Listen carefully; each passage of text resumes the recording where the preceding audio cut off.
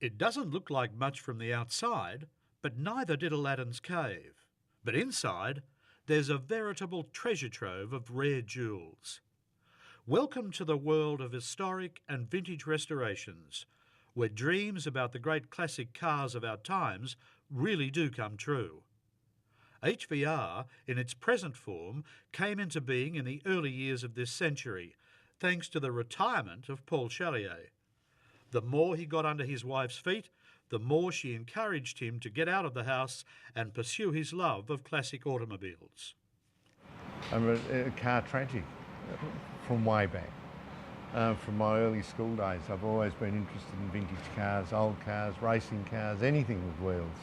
So consequently, my hobby turned into a business. I saw that there was more excitement to be had, particularly with some of the cars that are available, and also expanding the services and really creating an integrated business where we could provide total restoration from one end to the other. Generally, we aim for sports cars or racing cars, the 20s and 30s, but also that we've specialised in particular marques. So we're involved in Lancias and Alfa Romeos, so we do cars from the 50s and 60s in that period. But ideally, it's 20 and 30 sports and racing cars. It's really exciting to be able to look forward to going to work. We basically break it up into three areas. We've got the main assembly area where the cars are put together, where the cars are serviced and where we do our tuning. Then we've got our machining and engineering area where all the components are machined. And then we've got really our bodybuilding area and fabrication area. But as an adjunct to the machining area, we've also got an assembly area where we put the engines together. If the engine is the heart of every great classic, then the HVR team must be among the nation's great heart surgeons. Here, in a scrupulously maintained environment, some of the best engine builders in the business labour to bring new life to yesteryear's supercars.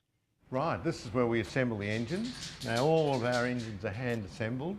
As we can see over here, Pete, Chief Engineer, is assembling a Lancia Aurelia engine, and they're right from the word go, they're hand assembled. All the components are hand checked. Everything's checked to the factory tolerances. And in this case, Pete's made the liners for the engine. He's fitted all the pistons, bearings, and he's finally assembling the engine there. So it's truly a hand-built engine. So all of our engines are built that way.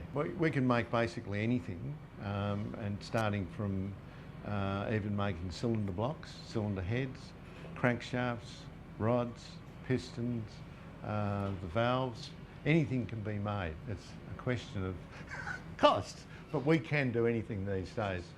What are the big challenges? What makes particularly and models give you the most angst when it comes to motors?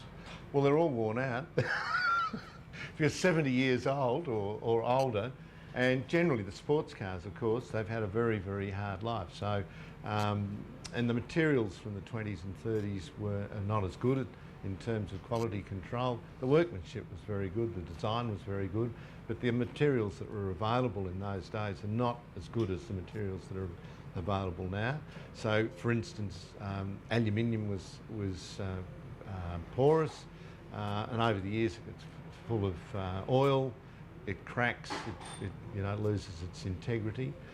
Cast iron, of course, corrodes away. And then a lot of the reciprocating components crack and break. So, you're faced with all that. This is panel making and fabrication. So, depending on the car that we're working on, we can either be making a car with a wooden frame and aluminium panels.